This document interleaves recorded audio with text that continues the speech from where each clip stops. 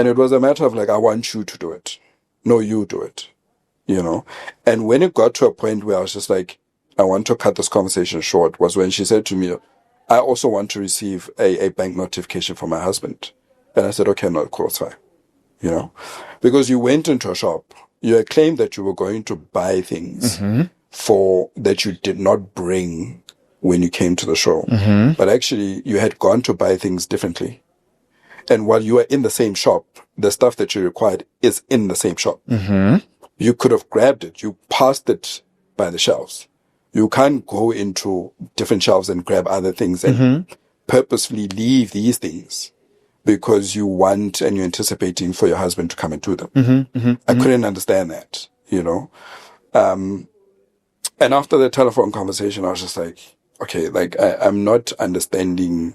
What did she mean about this bank notification? I'm trying to Like she understand. wanted me to send her money. Oh. Yeah. So she's not going to buy the things because you haven't sent her money? No, she's not going to buy the things with her money. I get you. She wants me to send her money to use my money to buy the stuff. things. And the same stuff that you wanted to cook for me for dinner.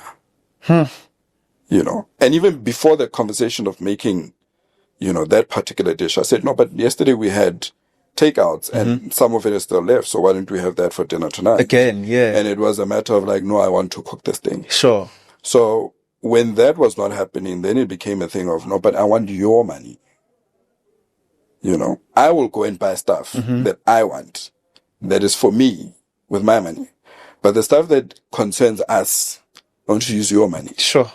So you must send me the money. So when that conversation ended, I was just like, this is kind of strange though. You know, initially your plan was you wanted to buy. You went to the mall to sort out your bank card. Your plan should be able to continue after that. How do you address that when that call ended? Because obviously you have to go back home to her. Yeah.